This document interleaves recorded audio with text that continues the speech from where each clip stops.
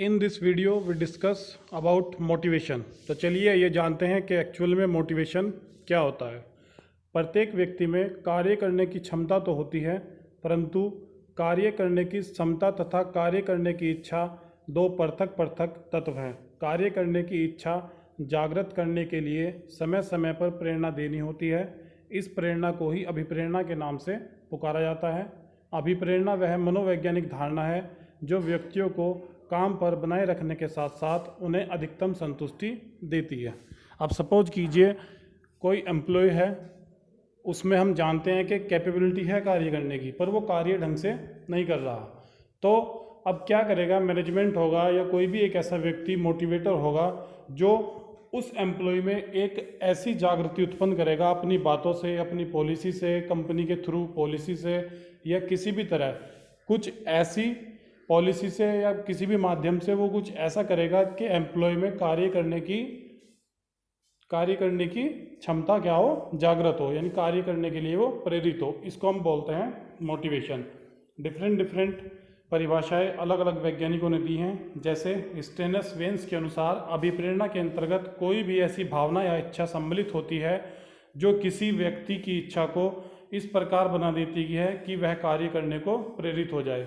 ऐसे ही फिर मैकफरलैंड के अनुसार अभिप्रेरणा एक विधि है जिसमें संवेगों, उद्वेगों, इच्छाओं, आकांक्षाओं, प्रयासों या आवश्यकताओं द्वारा व्यवहार का निर्देशन, नियंत्रण एवं स्पष्टीकरण किया जाता है। तो इसको हम बोलते हैं मोटिवेशन। तो चलिए आइए जानते हैं कि मोटिवेशन की विशेषताएं क्या होती हैं। नंबर 1 है आंतरिक धारणा।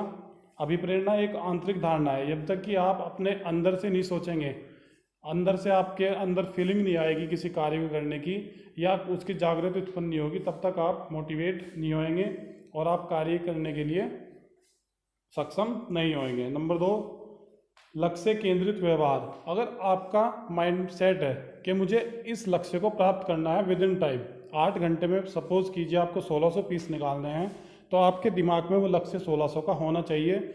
उसके अकॉर्डिंग अगर आप काम करेंगे तो आप, इसका मतलब क्या है कि मोटिवेटेड है, आपको अपने लक्ष्य मालूम है। नंबर 3 है धनात्मक तथा ऋणात्मक प्रेरणाएं।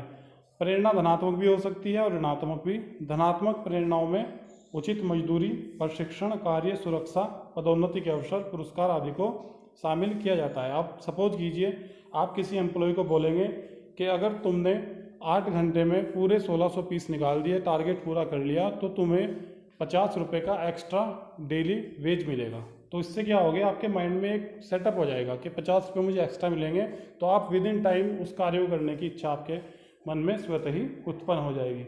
जटिल प्रक्रिया। अभिप्रेरणा एक जटिल प्रक्रिया है। कोई भी एक प्रेरणा सभी व्यक्तियों को सभी समयों पर प्रेरित नहीं कर सकती। व्यक्ति एवं समय के अनुसार इसमें परिवर्तन करने पड़ते हैं। बिल्कुल एक जटिल प्रक्रिया है। आप किसी को अपनी बात समझाते हैं, मोटिवेट करते हैं, अलग अलग एम्प्लॉयज़ के माइंड सेट अलग अलग होता है, कोई किस तरह सोचता है तो कोई किसी तरह सोचता है। इसलिए एक मोटिवेटर की हमेशा अहम भूमिका रहती है किसी भी संगठन में या किसी भी कारखाने में या किसी भी उद्योग में।